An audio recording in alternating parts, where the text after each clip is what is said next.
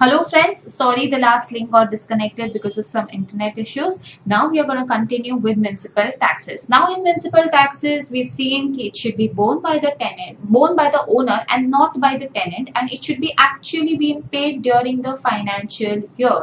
अब municipal taxes के अलग अलग नाम हो सकते हैं, local tax, house tax, municipal tax. तो ऐसे कोई भी नाम से आपको टैक्स आ सकता है, डरना नहीं है, सारे म्यूनिसिपल टैक्सेस ही है। अब कभी कभी आपको परसेंटेज फॉर्म में म्यूनिसिपल टैक्स देंगे। अब किसका परसेंटेज लेना है? आपको परसेंटेज ऑफ म्यूनिसिपल वैल्यू लेना है। यस, तो जो हमने चार ऊपर वैल्यूज पढ़े थे, municipal value, fair rent, standard rent, actual rent received, उसमें से आपको म्यूनिसिपल वैल्यू का परसेंटेज लेना है। Is it clear? Yes. So it should be firstly borne by the owner. Owner ने खुद पे किया होना चाहिए. Obviously, his income is being taxable, then he only can claim the deduction. अगर वो खुद पे करता है तो. Secondly, actually paid during the financial year. तो अगर आपने काफी सालों का इस साल ही पे कर रहे हो और इस साल का भी इसी साल पे कर रहे हो, तो सारा डिडक्शन मिल जाएगा, पिछले सालों का भी और इस साल का भी। Getting the point? तो जितना भी पे किया है ना इस year, in the name of municipal tax, house tax, local tax, any of the word, you will get the deduction. ठीक है? Percentage रहा तो percentage of what? Of the municipal value. Now, हमने ग्रॉस एनुअल वैल्यू में से municipal tax minus कर दिया, क्या आएगा हमारा? Net annual value. अब नेट एनुअल वैल्यू में से दो चीजें हम माइनस करेंगे, एक तो है डिडक्शंस, डिडक्शंस अंडर सेक्शन 24, एक है 24A और दूसरा है 24B। Deduction under section 24A talks about standard deduction. Standard deduction मतलब एक आपको फ्लैट डिडक्शन दिया जाता है at the rate of 30% of your NAV। 30% of what? 30% of your NAV का आपको डिडक्शन मिलता है। Actual expenses are to be ignored. तो अगर क्वेश्चन में अलग अलग एक्सपेंसेस दिए हैं, electricity expenses, rent expenses, water charges, so and so, maintenance expenses, वो सारे इग्नोर कर दो। ठीक है, कोई भी खर्चा आपको कंसिडर नहीं करना है। डायरेक्टली नेट एनुअल वैल्यू में से फ्लैट 30% डिडक्शन लेना है और बाकी का जो 70% पोर्शन है उतना ही हम टैक्सेबल करेंगे। यस, पहली चीज हम क्या सब्ट्रैक्ट करने वाले हैं? A standard deduction at the rate of 30%। Yes, दूसरी चीज हम जो डिडक्ट करेंगे, it is your interest on loan. क्या सब्ट्रैक्ट करेंगे? Interest on loan. अब कुछ चीजें देख लेते हैं। लोन अगर आपने कंस्ट्रक्शन या फिर एक्विजिशन या फिर रिपेयर या फिर लोन, इनमें से किसी रीजन के लिए अगर लिया है तो आपको डिडक्शन मिलेगा। So loan can be taken for any purpose, for your construction, acquisition, renovation, repairs, all that stuff. Okay, then loan can be taken from anybody. It can be either from your formal source or either from your informal source. तो आपने bank, institution से loan ले लो या फिर आपके friend से loan ले लो, आपके रिलेटिव से, फैमिली से, ट्रस्ट से, किसी से भी लोन ले लो, आपको डिडक्शन मिलेगा। यस, अब जैसे हमने बोला था म्युनिसिपल टैक्सेस का डिडक्शन सिर्फ पेमेंट बेसिस पर मिलता है, ये सेम केस यहाँ नहीं है। इंटरेस्ट का डिडक्शन आपको ड्यू बेसिस पर मिलेगा। मतलब अगर इंटरेस्ट ड्यू हुआ है तो आपने अगर पे नहीं भी किया हो तो भी आपको डिडक्शन दिया जाएगा। यस, तो पहली चीज, loan can be for construction, acquisition, repair, renewal. It can be from any source, formal source, bank, financial institutions, or informal source may be trust, family, your relatives, your friends, anybody. Interest is allowed on due basis. अब एक concept होता है called penal interest. Penalty interest मतलब आपने अगर interest नहीं पे किया है तो आपको ज्यादा इंटरेस्ट देना पड़ता है, उस इंटरेस्ट पर भी इंटरेस्ट लग जाता है। क्या वो आपको डिडक्शन अलाउड होगा? No, that won't be allowed as a deduction. तो जो penalty interest, interest on interest is not allowed as deduction. तो simply आप यहाँ लिख सकते हो interest on interest not allowed as deduction. Yes, then interest for fresh loan to repay the original loan is allowed as deduction. तो suppose आपने SBI से कोई लोन लिया था, मान लो 10% से आपने SBI से लोन लिया है, ठीक है। आपकी बैंक और एक आपका बैंक अकाउंट है Kotak bank and they are ready to give you a loan at 8%, ठीक है। तो आप क्या करोगे इस केस में? अगर आपको कुछ इंटरेस्ट बचाना है तो आप क्या करोगे? आप कोटक से लोन ले लोगे 8% से और ये SBI का पैसा भर दोगे। Yes, so what is that? Loan, interest on loan, interest on fresh loan, मतलब interest on Kotak Bank loan to repay the original loan or to repay the old loan. ठीक है, तो to repay the loan of SBI. In that case ये वाला interest आपको allowable है. Yes, that interest is allowed. So interest for fresh loan to repay your original loan is allowed as deduction. Simple है. Lastly, अगर interest paid outside India है, तो आपने अगर फंड्स लिए हैं फ्रॉम आउटसाइड द कंट्री, कोई आउटसाइड कंट्री वाले बैंक से आपने लोन लिया है, तो उस केस में भी इंटरेस्ट अलाउड होगा, provided TDS is deducted on the interest. तो आपने अगर एक बार इनकम टैक्स पढ़ा होगा तो आपको पता है कि TDS क्या होता है. If TDS is deducted, then you will be allowed the interest amount. Sorted है. Okay. Now let's see certain limits. Limits कि आप कितने हद तक इंटरेस्ट ले सकते हो, कितने हद तक आपको इंटरेस्ट का डिडक्शन मिलेगा. पहले तो if it is a let out property और if it is a deemed to be let out property, तो अगर लेट आउट है या DLO प्रॉपर्टी है, in that case no limit, सारा का सारा इंटरेस्ट का डिडक्शन मिल जाएगा. 5 लाख, 10 लाख, 15 लाख, 2 लाख, कितना भी हो, पूरा का इंटरेस्ट डिडक्शन आपको मिल जाएगा. Then if it's a self occupied property, अब सेल्फ ऑक्यूपाइड प्रॉपर्टी में कुछ चीजें हैं जो हमें ध्यान रखनी है. अगर लोन आफ्टर तीनों कंडीशंस है, पहली तो अगर वो तीनों कंडीशंस सेटिस्फाई होते हैं तो आपको 2 लाख का डिडक्शन मिलेगा. ठीक है, सेल्फ ऑक्यूपाइड प्रॉपर्टी में मैक्स टू मैक्स आपको 2 लाख का डिडक्शन मिल सकता है. कितना? 2 लाख का. तो 3 कंडीशंस है, अगर 3 कंडीशंस टिक हो जाती है तो ही 2 लाख का डिडक्शन आपको मिलेगा. What are the 3 conditions? First, the loan should be after 1/4/99. 1/4/99, 1 April 1999 के बाद का लोन होना चाहिए. दूसरा, purpose should be for acquisition और construction. Condition, the construction shall be completed within 5 years from the end of the previous year in which the loan was taken. तो अगर आपने सपोज लोन लिया है 31 मई 2014 में, इसका एंड ऑफ द ईयर क्या होता है? End of the previous year 31/3/2015, right. उसके बाद 5 सालों में आपका कंस्ट्रक्शन कंप्लीट हो जाना चाहिए. यस, तो 15 से लेकर प्लस 5 इयर्स मतलब 31/3/2020 तक आपका कंस्ट्रक्शन कंप्लीट हो जाना चाहिए, तो ही आपको 2 लाख का इंटरेस्ट मिलेगा. 5 इयर्स और लेस देन 5 इयर्स तक आपका कंस्ट्रक्शन कंप्लीट हो जाना चाहिए. मैक्सिमम डिडक्शन कितना होगा? 5 लाख. तो once again which are 3 conditions? पहले loan should be after 1 April 1999, then it should be for acquisition or construction, and construction should be completed within 5 years from the end of the financial year in which loan was taken. अब ध्यान देना, it is only for acquisition and construction. यहाँ पर repair renewal मैंने नहीं लिखा है. Only for acquisition and construction. Only for acquisition or construction. Now other cases मतलब अगर लोन 1/4/1999 के बाद का है, लोन अगर before 1/4/1999 का है, after 1/4/1990 का है, but not for acquisition and not for construction, it's for renovation, it's for repair. In that case deduction कितना मिलेगा? Only 30,000 rupees max. ठीक है, मैक्स 30,000 रुपीज.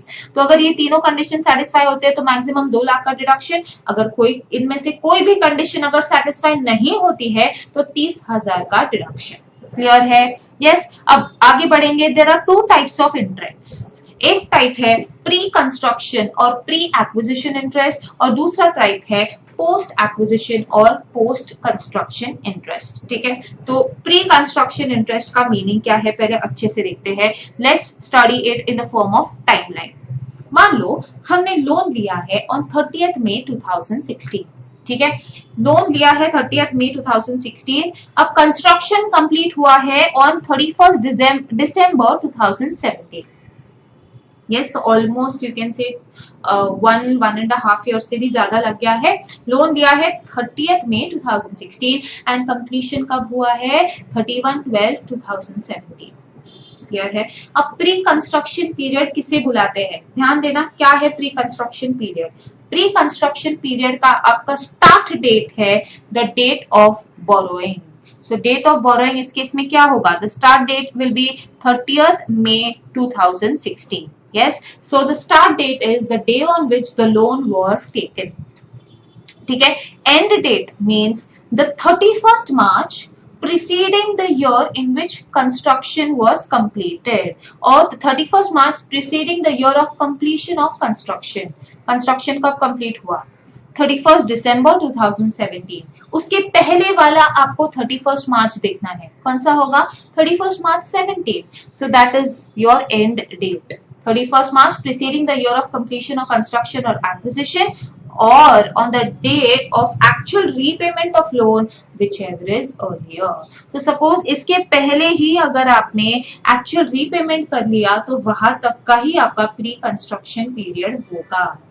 ठीक है, तो इस केस में हमारा प्री कंस्ट्रक्शन पीरियड कहां से कहां है? Start period the date on which loan was taken, end period the 31st March preceding the date of completion, preceding the year of completion of construction. Yes, so जो पहला 31st मार्च है वो हम लेंगे. तो इस केस में 31/3/17 is going to be a pre construction period. I hope आपको पीरियड समझ गया है कहां से कहां तक. यस, अब प्री कंस्ट्रक्शन पीरियड का इंटरेस्ट कैसे निकालोगे? जैसे हम नॉर्मल इंटरेस्ट निकालते हैं. लोन अमाउंट लो, multiply by the percentage of interest and multiply by the number of months. ठीक है, फिर उसके बाद pre interest to be claimed in 5 equal installments. तो एक बार का एक ही बार आपको अलाउ नहीं होगा प्री कंस्ट्रक्शन पीरियड. ठीक है, प्री कंस्ट्रक्शन पीरियड का जो भी टोटल अमाउंट आएगा उसे आप डिवाइड बाय 5 करोगे और हर साल 1/5 डिडक्शन आप लोगे. ऐसे 5 सालों के लिए 1/5 डिडक्शन आपको अलाउ किया जाएगा. Once the property starts become taxable under the head house property, उसके बाद से आपका डिडक्शन देना शुरू हो जाएगा. एंड आप एवरी ईयर कितना क्लेम कर सकते हो? 1/5, because it is been claimed in 5 equal installments. Clear है? यस, तो जब भी क्वेश्चन आए प्री कंस्ट्रक्शन पीरियड है या नहीं वो चेक करना है. अगर घर कंस्ट्रक्ट हो रहा है, in that case pre construction interest, अगर लोन पहले ही लिया हुआ है तो प्री कंस्ट्रक्शन इंटरेस्ट भी आपको कंसिडर करना है. तो इंटरेस्ट में pre construction interest plus your post construction interest दोनों को ऐड करके डिडक्शन मिलता है. प्री कंस्ट्रक्शन इंटरेस्ट का 1/5 पोर्शन और पोस्ट कंस्ट्रक्शन इंटरेस्ट का पूरा पोर्शन का डिडक्शन आपको मिलेगा. क्लियर है? यस, पोस्ट एक्विजिशन के लिए जितना भी इंटरेस्ट आपने पे किया है उतना सारा का सारा मिलता है. तो the day when the pre construction period ends, उस साल से आपका पोस्ट एक्विजिशन पीरियड स्टार्ट होता है या पोस्ट कंस्ट्रक्शन पीरियड स्टार्ट होता है. क्लियर है? सो इंटरेस्ट को 2 पार्ट्स में डिवाइड किया है, pre construction and post construction. Clear है? इंटरेस्ट से रिलेटेड सारी बातें. Yes, so this is very important. Generally यही एक एडजस्टमेंट है जहां पर बच्चे थोड़ी सी गलतियां कर जाते हैं. बाकी सारे एडजस्टमेंट्स आर वेरी इजी. यही एक एडजस्टमेंट है जहां पर थोड़ा सा, और एक तो है आपका ग्रॉस एनुअल वैल्यू और ये इंटरेस्ट. ग्रॉस एनुअल वैल्यू भी वैसे तो ज्यादा इजी है, इंटरेस्ट का थोड़ा सा संभालो, हाउस प्रॉपर्टी में फुल मार्क्स आ सकते हैं. Yes, so standard deduction 30% of NEV. Interest on borrowed capital, current year interest, loan can be taken for any purpose and deduction on accrual basis. हाँ, ये याद रखना है आपको, ड्यू बेसिस या accrual basis पर डिडक्शन मिलता है, unlike municipal taxes. Municipal taxes का सिर्फ पेमेंट बेसिस पर मिलता है डिडक्शन, यहाँ पर आपको अक्रूवल बेसिस पर मिल सकता है फॉर करंट ईयर इंटरेस्ट. ठीक है, now talking about pre construction period interest, commencement interest is allowed, pre commencement interest is allowed as deduction in 5 successive previous years starting from the previous year of completion of construction. तो जिस साल construction complete हो जाएगा उस साल से आपको deduction मिलना शुरू हो जाएगा. ठीक है, तो कंस्ट्रक्शन कंप्लीट हो गया, अगर आपने सेल्फ ऑक्यूपाई किया है तो सेल्फ ऑक्यूपाइड प्रॉपर्टी में मान लो वो आ जाएगा एनएवी नील, बट इंटरेस्ट मिलेगा और वो नेगेटिव अमाउंट आपको सेट ऑफ करने मिलेगा. So that will be loss from house property. ठीक है, तो सेल्फ ऑक्यूपाइड के केस में अगर इंटरेस्ट आता है then there will be a loss arising from house property. 1/5 of total interest. Pre construction period means period during which loan was taken the construction for the construction of house property could not be started. ठीक है, start date from the date of borrowing and end date 31st March immediately prior to the date of completion of construction. Date of payment of loan whichever or date of payment of loan whichever is earlier. इन दोनों में से जो भी earlier होगा A और B में से वो माना जाएगा आपका end date. ठीक है। Then part B, interest of pre acquisition period कैसे निकालोगे? लोन लोगे, उसे मल्टीप्लाई करोगे बाय रेट ऑफ इंटरेस्ट और उसे प्री एक्विजिशन और प्री कंस्ट्रक्शन पीरियड के साथ मल्टीप्लाई करोगे। Yes, so this is what कुछ notes है. Interest on unpaid interest is not allowed. Pre-construction interest is allowed only for acquisition or construction, and interest on fresh loan taken to repay the original loan is allowed as deduction. Yes, clear है यहाँ तक? All right. So this was regarding your pre-construction and post-construction interest. अब और एक concept है. Suppose instead of borrowing, the assessee pays the amount in installments. It is also allowed as interest. तो इसे star mark कर दो. इसका मतलब क्या है समझते हैं. Suppose the value of the property is 5 lakh rupees. ठीक है, value of the property कितना है? 5 लाख रुपीस. एंड आप खरीद रहे हो वो प्रॉपर्टी, ठीक है, या फिर आपने जो ओनर है उन्हें, प्रॉपर्टी के जो ओनर है उन्हें बोला कि I will pay you 12 installments, 1 second, हाँ, आई पे यू 1,20,000 के इंस्टॉलमेंट्स एंड टोटल आई पे यू 5 इंस्टॉलमेंट्स, ठीक है। सो या मान लो 50 लाख है, आई पे यू 12 लाख के इंस्टॉलमेंट्स, टोटल 5 इंस्टॉलमेंट्स, ठीक है। तो इस केस में क्या होगा? टोटल कितने इंस्टॉलमेंट्स वो देने वाला है? 5। तो टोटल अमाउंट क्या होगा? 12 लाख, 12 इंटू 5, 60 लाख, राइट। तो मतलब आप ज्यादा पे कर रहे हो, दिख रहा है आपको? 60 लाख, 50 लाख, कितना ज्यादा पे कर रहे हो आप? 10 लाख रुपए ज्यादा पे कर रहे हो. This is your interest portion. So because you are paying on installment, you are paying certain amount of interest to the owner. So that interest is hidden in the installments. ये जो interest है इसका भी deduction आपको मिलेगा. Yes, तो ये भी याद रखना है, इसका भी deduction allowed होगा अगर आप installment basis पर pay कर रहे हो तो. Yes. Now interest for self occupied portion हमने देखा, 3 conditions अगर satisfy होती है तो 2 लाख, नहीं होती है तो 30,000 रुपए. Yes. Now talking about unrealized rent or arrears of rent received subsequently, section 25A. Important section, section 25A. Unrealized rent मतलब जो उस पीरियड में रियलाइज नहीं हो पाया वो बाद में रियलाइज हो गया. ठीक है, तो जब वो रियलाइज होगा, जब उसके पैसे आएंगे, जब रिसीप्ट आएगा, तो जितना आपने डिडक्शन लिया था उतना अभी उसमें से जितना भी पे टैक्सेबल मतलब जितना भी रिसीट आया है उतना हो जाएगा टैक्सेबल. ठीक है, but it will be taxable after deducting 30% out of it. तो 30% का हम उस पर भी स्टैंडर्ड डिडक्शन लेंगे और सिर्फ 70% विल बी टैक्सेबल. क्लियर है? Similarly for arrears of rent, if the assessee has increased the rent retrospectively, ठीक है, increase the rent of the tenant retrospectively, तो फिर arrears of rent मिलेंगे assessee को इस साल, और वो arrears भी taxable होंगे in the year of receipt, and previous year of receipt में taxable हो गया और उस पर भी आप deduction लोगे 30% का, that means 70% will be taxable. तो जब भी arrears of rent question में दिया है, receipt of arrears of rent, ध्यान देना, arrears of rent is it the one which we have to deduct from actual rent or is it the one that we have received? अगर received है तो taxable करना है under section 25A. अब taxable करोगे after your deductions के बाद इसे taxable कर दोगे, only 70% portion of it you will tax it, and last you will get your final amount payable, your final income from house property. Clear है?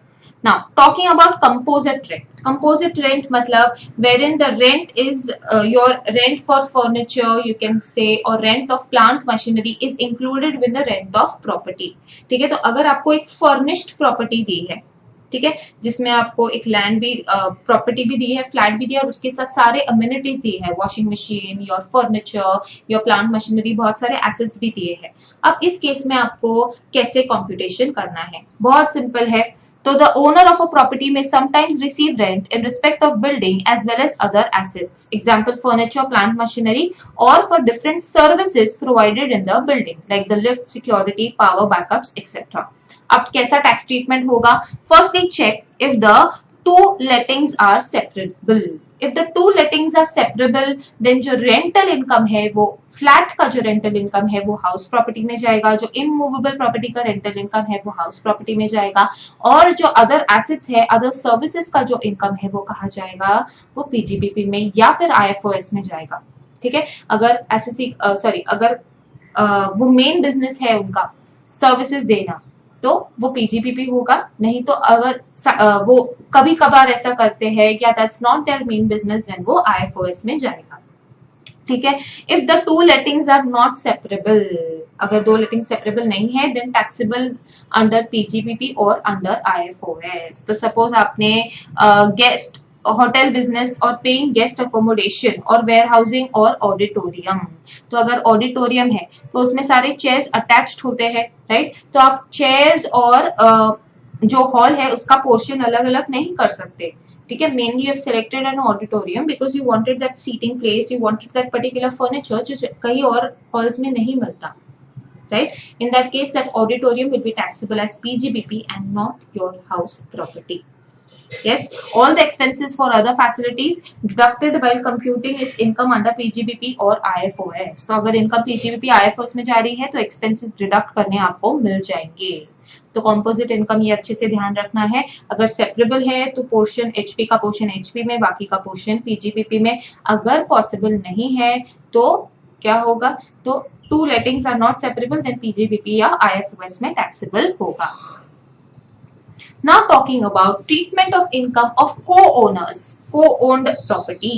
Section क्या है, सेक्शन 26।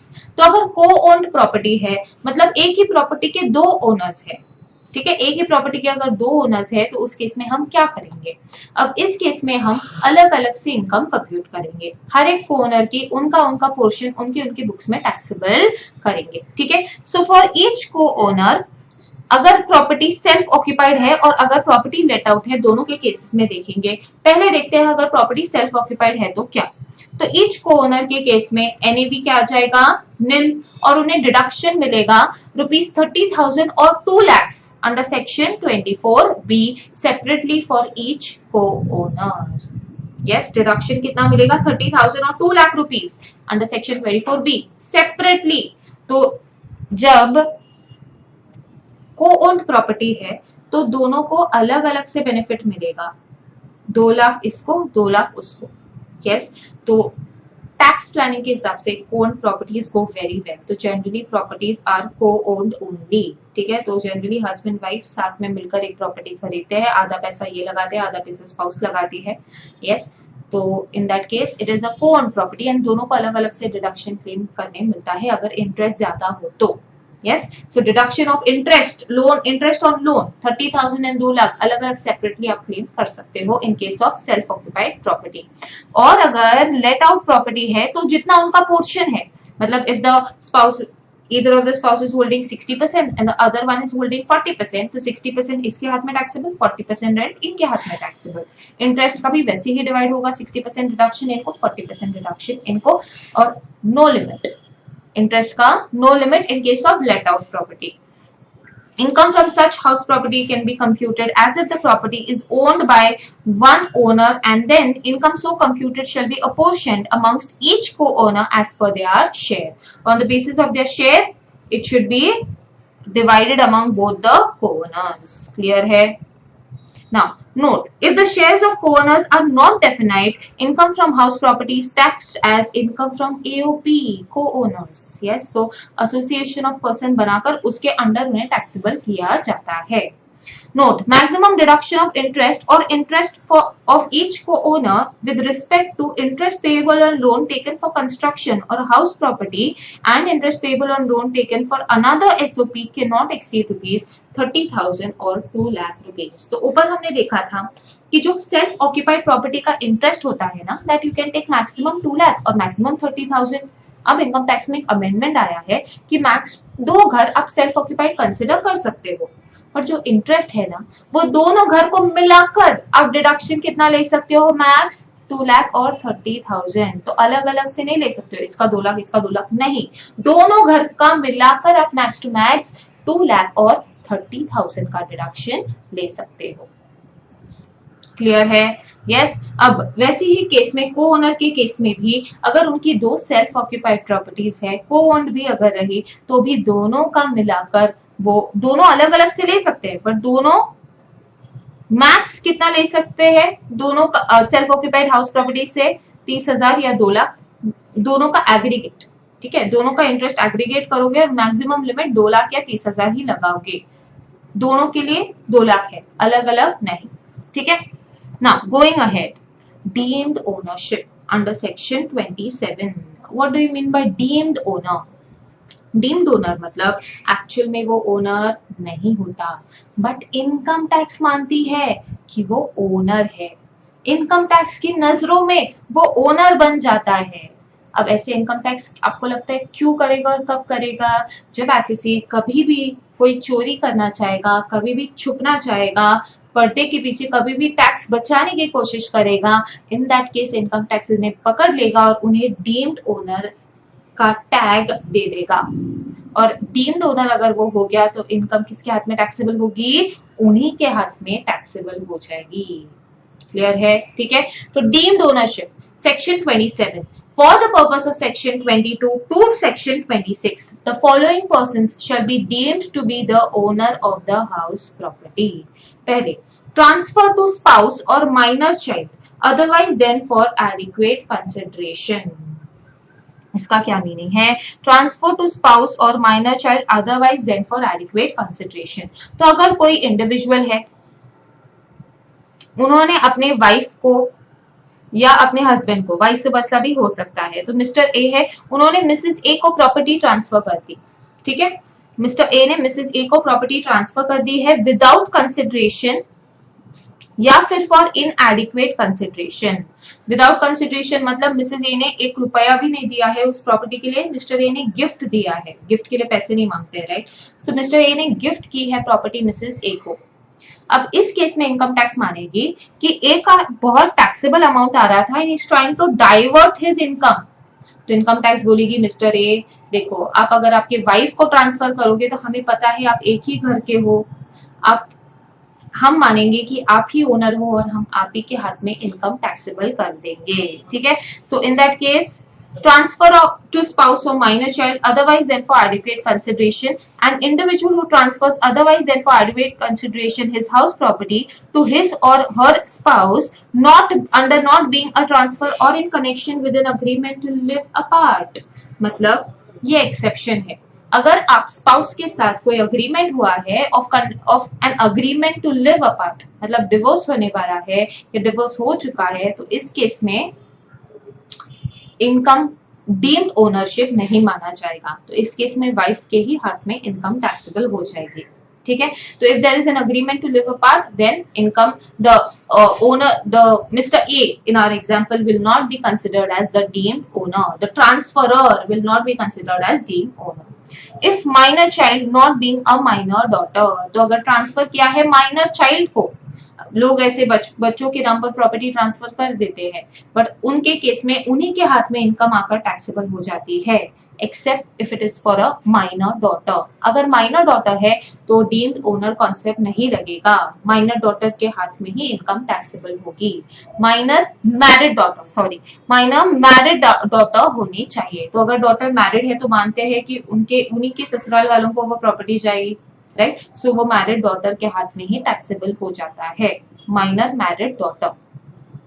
ठीक है, दूसरा, holder of an impartible asset. What do you mean by holder of an impartible asset? Suppose 2 flats है, ठीक है, और 2 फ्लैट्स के बीच में एक एरिया है। अब यहाँ पर रहते हैं ब्रदर 1, यहाँ पर रहते हैं ब्रदर 2। ठीक है, अब ये जो 2 फ्लैट्स के बीच में एरिया है, इसका बंटवारा करना मुश्किल है। ये बंटवारा, घर का बंटवारा तो हो गया, बट जो लॉबी एरिया है उसका बंटवारा नहीं हो पा रहा है, उस केस में इसे बुलाते हैं इम्पार्टेबल एसेट। ठीक है, और इस इम्पार्टेबल एसेट, इम्पार्टेबल पोर्शन, इम्पार्टेबल एस्टेट का किसके हाथ में टैक्सेबल होगा इनकम? ये क्वेश्चन मार्क है। इनकम टैक्स ने सिंपल कर दिया, जो इस लॉबी का केयर टेकर होगा, जो इस लॉबी को यूज कर रहा होगा, the main holder of the state will be liable to pay tax. ठीक है, तो अगर ब्रदर वन स्टेट्स और claims that he is the holder of that impartible asset, then he will be liable to pay tax on the same. The holder of impartable asset, or the caretaker you can call, shall be deemed to be the individual owner of all the properties comprised in the estate. Yes, तो उस estate में temple हो सकता है, कोई भी चीज हो सकती है, उस सारे प्रॉपर्टीज जो भी होल्डर है, जो भी केयर टेकर है, he will be responsible to pay tax on that income. Then property allotted under the house building scheme, तो जनरली एक कोऑपरेटिव सोसाइटी होती है, वो उन जब अगर कोऑपरेटिव सोसाइटी के अंडर आपको घर लेना होता है तो पहले आपको कोऑपरेटिव सोसाइटी का एक शेयर होल्डर बनाया जाता है। ठीक है, और पेपर के मतलब on paper cooperative society is owner of the flats. ठीक है, और शेयर होल्डर्स को वो फ्लैट सिर्फ अलॉट किए जाते हैं, but on the paper cooperative society for ease in the admin process या हर एक के नाम पर रजिस्ट्रेशन करने से अच्छा कोऑपरेटिव सोसाइटी सारे फ्लैट्स का उन्हीं के नाम पर, खुद के नाम पर, कोऑपरेटिव सोसाइटी के नाम पर रजिस्टर कर देती है। अब इसमें on paper registration cooperative society का नाम है, बट एक्चुअल पोजीशन किसके पास है? उन शेयर होल्डर्स के पास, राइट, उन members of the cooperative society के पास। तो इस केस में टैक्सेबिलिटी भी किसके हाथ में आनी चाहिए? Ideally not in the hands of cooperative society but in the hands of the members of the cooperative society. So they are saying a property of a cooperative society, company or other AOP to whom a building or part thereof is allotted or leased under a house building scheme. So a member of cooperative society जिसको वो flat allot किया गया है under the house building scheme of the society, company or association as the case may be, shall be deemed to be the owner of that building or part thereof. तो he'll be the deemed owner और उन्हीं के हाथ में taxable होगा वो income from house property. Clear है? Yes. Next, possession of part performance of contract. इसका क्या मीनिंग है? कभी कभी क्या होता है ना, कभी कभी बिल्डिंग का जो टाइटल डीड होता है या you can call the owner, on paper owner होता है, वो कोई और होता है। तो मान लो mister A is the owner and he has actually transferred the power of attorney and the possession of the property. तो अगर पावर ऑफ अटॉर्नी या possession of the property transfer हो चुकी है, उस केस में डीम्ड ओनर जिसे वो ट्रांसफर की गई है वो माना जाएगा। तो मान लो अगर मिस्टर बी को ट्रांसफर की है, then mister B is going to be the deemed owner. Yes, so ये बात दी है and that is given in one of the transfer of property act. So a person who is allowed to take or retain the possession, जिसके पास possession है of any building or part thereof in part performance of a contract of the nature referred to in section 53A of Transfer of Property Act 1882 shall be deemed to be the owner of the building और part thereof. तो in short जिसके पास possession है, जिसके पास power of attorney है, he will be the person who will pay the tax. He will be the deemed owner of the property. Actual owner Mr. A है, deemed owner Mr. B who is holding the possession of the property. Lastly, holder of substantial lease or other rights for not less than 12 years. तो अगर आपका lease पे आपने property ली है and the period is for more than 12 years. If the period of lease is for more than 12 years, तो मानेंगे कि आपने वो घर, आप उस घर के ओनर हो और आपको उस पर टैक्स भरना पड़ेगा। तो अगर if lease period is greater than 12 years, in that case there will be deemed ownership. You will be the deemed owner of the house. भले ही 13 साल के बाद, 14 साल के बाद आप घर वापस देने वाले हो, बट उन 12 साल, 13 साल, 14 साल के लिए माना जाएगा that you are the deemed owner of the house and you'll have to pay the income tax on income from house property. Clear है? यस, तो यहाँ पर हमने हाउस प्रॉपर्टी के सारे सेक्शंस किए हैं complete. So are section 23, section 22 firstly, which is a charging section, then section 23 talks about the GAV. Yes, then section 24 उसमें दो deductions है, one deduction is regarding 24A standard deduction and 24B is regarding interest on borrowed capital. Yes, then we came on to section 25A which was regarding your unrealized or arrears of rent. Unrealized or arrears of rent. Then section 26 regarding your co-ownership. And lastly, your section 27 regarding your deemed ownership. Yes, deemed ownership. ये सारे sections हमने complete किए हैं in the revision series. Make sure after watching this series, after watching the revisions, make sure you're just gonna sit down and solve some 10 to 20 sums on house property. Yes, उतने sums अगर आप कर लोगे, RTP अगर कर लोगे, that should be enough. Yes, ये बहुत easy head है, यहाँ पर हमें marks नहीं घलाने. Yes, सो मार्क्स यहाँ पर फुल अप स्कोर करना ही है, ऐसे ही दिमाग में लेकर चलो. एंड इससे ज़्यादा टाइम नहीं लगता है पढ़ने में, हार्डली 3 to 4 आवर्स में आपका पूरा हेड पढ़ के हो जाएगा. Yes, so make sure you gonna really do this seriously. इस रिविजन लेक्चर को देखते ही आपने सम्स सॉल्व कर लेने हैं. So you will be done with the revision of house property. Yes, next lecture will begin with PGBP का revision. Till that time, you guys better take care and see you for PGBP revision.